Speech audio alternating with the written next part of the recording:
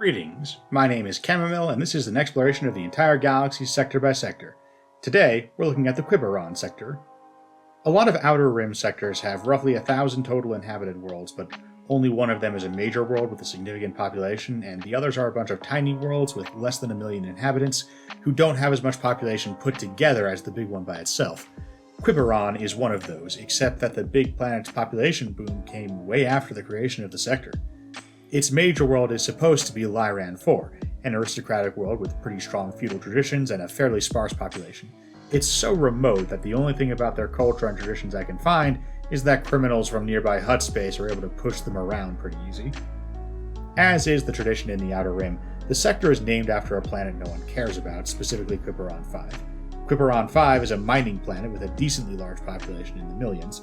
The proximity to the valuable minerals of this planet is why the real capital of this sector was sited here, though. When Quat Drive Yards needed a remote Outer Rim planet where they could put down a subsidiary to build heavy weapons in secret for the Grand Army of the Republic, they picked out Rothana. It had a good climate, it was nearby the mining operation on Quiberon 5, and not too far from the Rishi Relay out to Camino, and it wasn't nearby absolutely anything else that anyone cared about, and thus was born Rothana Heavy Engineering.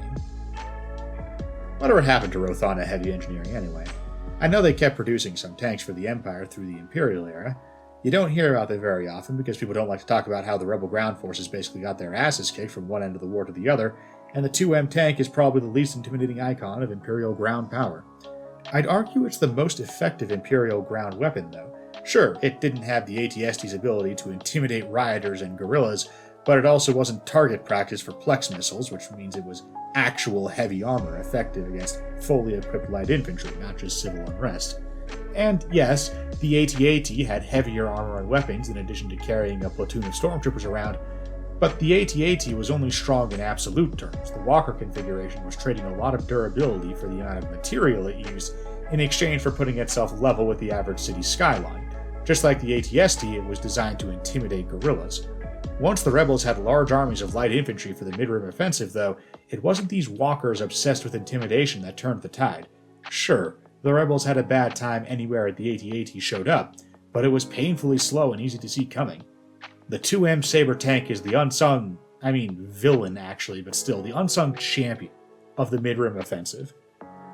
But there's not really any record of what Rothana Heavy Engineering did after the war. A lot of these Outer Rim sectors went independent after the collapse of the Empire, but Rothana is owned by Quat Drive Yards, headquartered in Quat, which is definitely in the New Republic. I know some pirates got their hands on some mostly finished ships at Rothana, slapped some duct tape and chicken wire on them to get them functional and took off, but what about the people on the planet? By the end of the war, Rothana was a massive industrial and engineering giant. There's 500 million people there. We know the shipyards were abandoned, but what about the people who, ran coffee shops on the surface? The Republic wasn't using stormtroopers to build ATTEs 5 years before the Clone Wars began. There was a regular workforce that had a bunch of regular infrastructure. What happened to those guys?